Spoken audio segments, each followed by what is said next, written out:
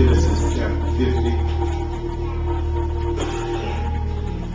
Genesis chapter 50. Big 5-0. Start reading at verse 15. In the Holy Christian Standard Translation, you'll find these words recorded in Genesis chapter 50. Beginning at verse 15. Big Mama said Genesis. Hear the word of the Lord. It comes from Genesis chapter 50, beginning at verse 15. When Joseph's brothers saw that their father was dead, they said to one another, "If Joseph is hiding, holding a grudge against us, he will certainly repay us for all the wrong we caused him."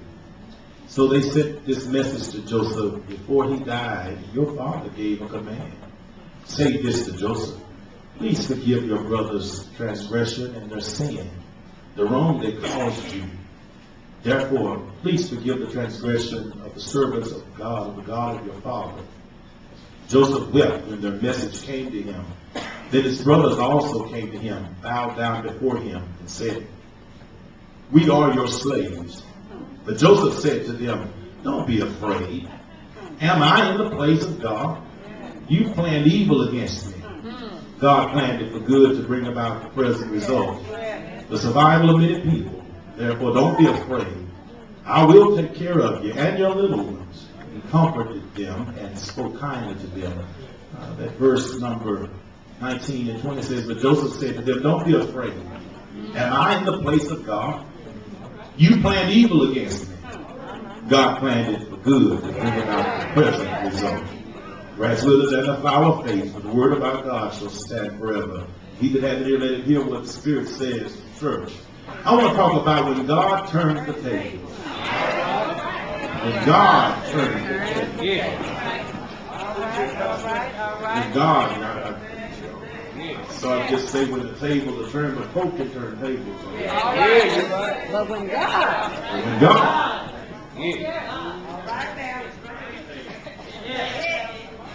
You know, what I found out when he does it, ain't nobody else do it.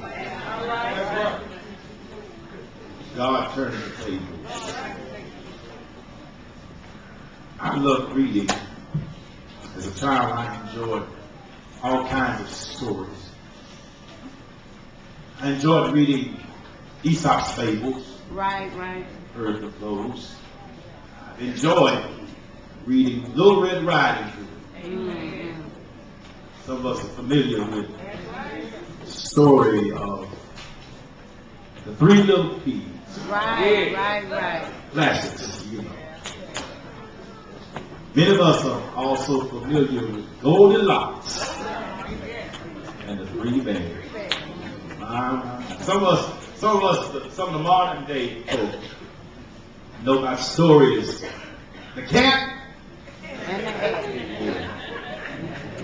You know, as a kid, I go back far enough. I remember Tip. You remember Tip? Yeah. You never read nothing. You couldn't read it. You couldn't read it. That's right. I don't care what kind of reader you was. You could be with the blackbird, the bluebird, the ray, whoever. You couldn't read Tip. Tip and the Mint and all that kind of stuff. A lot of stories that we can enjoy. I remember this song, but I came to serve notice of today. There's no story greater than the stories that are found in the Holy Writ. Amen. No matter what story you'll read in life, you'll never find stories like stories that are compiled and compacted in the Bible. And one of the greatest stories that we're going to conclude with in this series of sermons is the story about Joseph.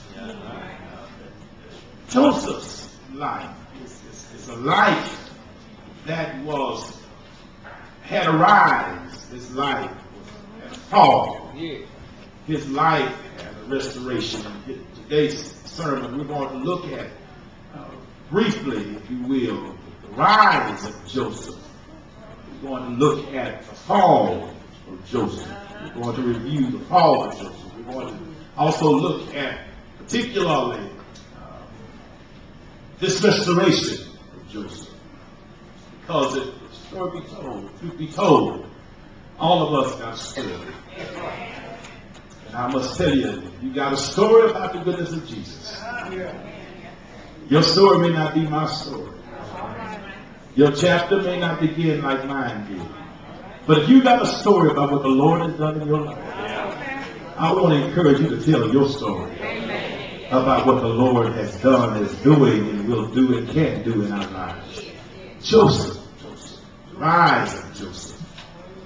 Rise of Joseph. Read chapter 39 when you get a chance. Chapter 39, verses 1 through 6. You'll find that Joseph was taken captive, if you will, sold as a slave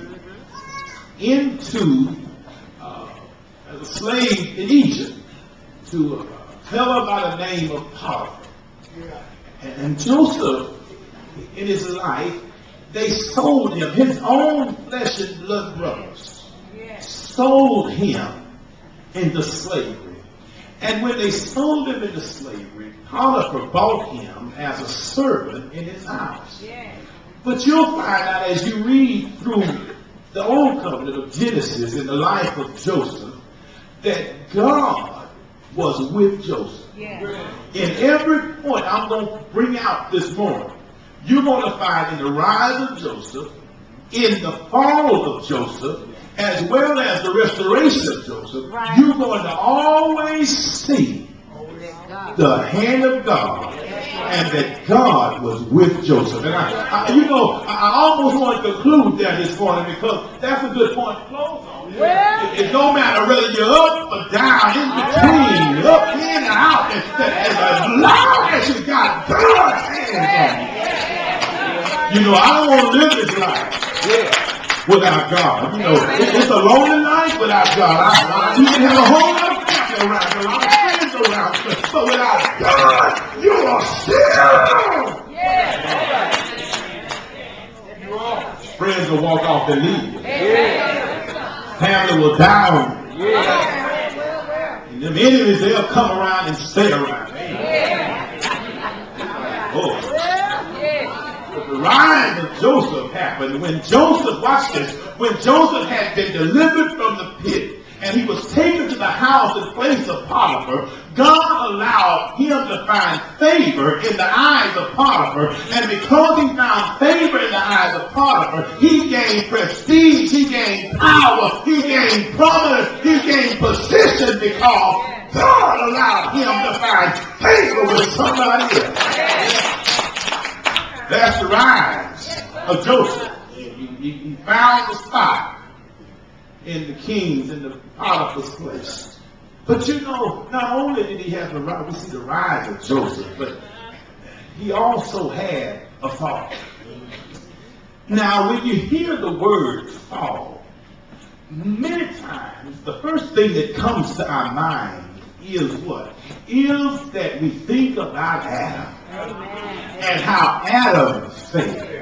But we have to understand, Christian family, when we talk about the fall of Joseph, Adam failed because he disobeyed God. But Joseph failed because he was just around. Now you got to understand what happened. When you read in chapter 39, 6b, round up to 41, verse 36, when you read 39, we're going to see how Joseph failed. I don't want you to miss it, what he says, because the text says in verse 6 of chapter 39, look at how his fall started. Now, he didn't cause it. It says, now Joseph was well built and handsome. He had two things going on.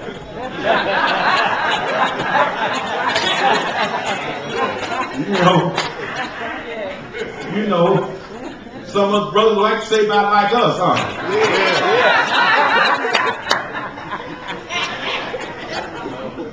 The text says, the Bible says, I'm talking about only what the Bible says. The Bible says that he was well built and handsome. Now watch what's called Paul. It says that after some time, in chapter 39, it says, his masters, this is Potiphar,